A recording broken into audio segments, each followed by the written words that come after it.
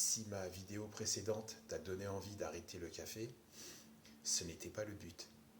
Si tu ne veux pas interférer ton taux de cortisol avec le café, taux de cortisol qui est à son point le plus haut le matin au réveil et éviter de le mettre en conflit avec le café, il est judicieux de s'hydrater dès le réveil.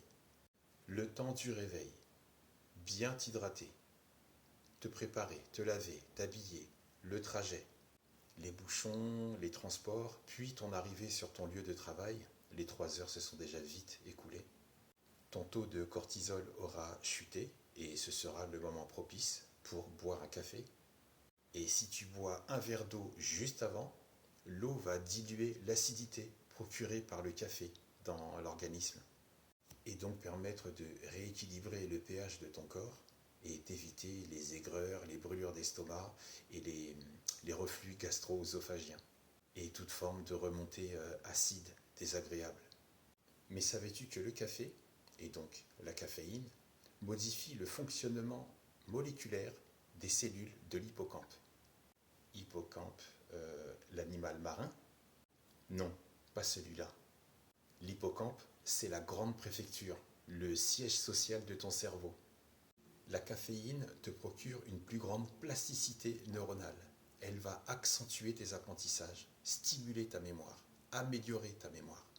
Ce serait dommage de passer à côté puisque le café a une structure quasi identique à l'adénosine.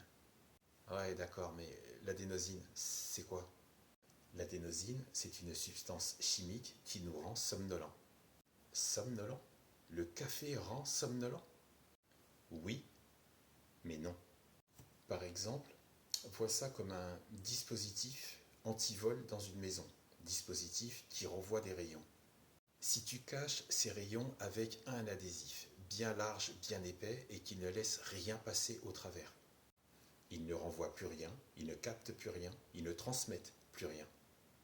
La caféine, c'est pareil. Elle va imiter l'adénosine sitôt que tu auras bu ton café. Et donc, cette substance va se fixer sur tes récepteurs d'adénosine de ton cerveau. Tes récepteurs vont commander à ton cerveau de faire une pause, puisqu'ils vont antagoniser l'activité de l'adénosine.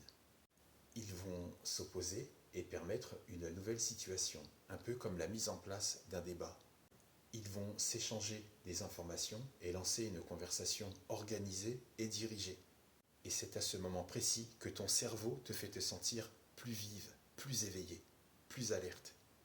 Et ensuite, tu passes sur une phase d'amélioration des performances de la mémoire et aussi de la concentration.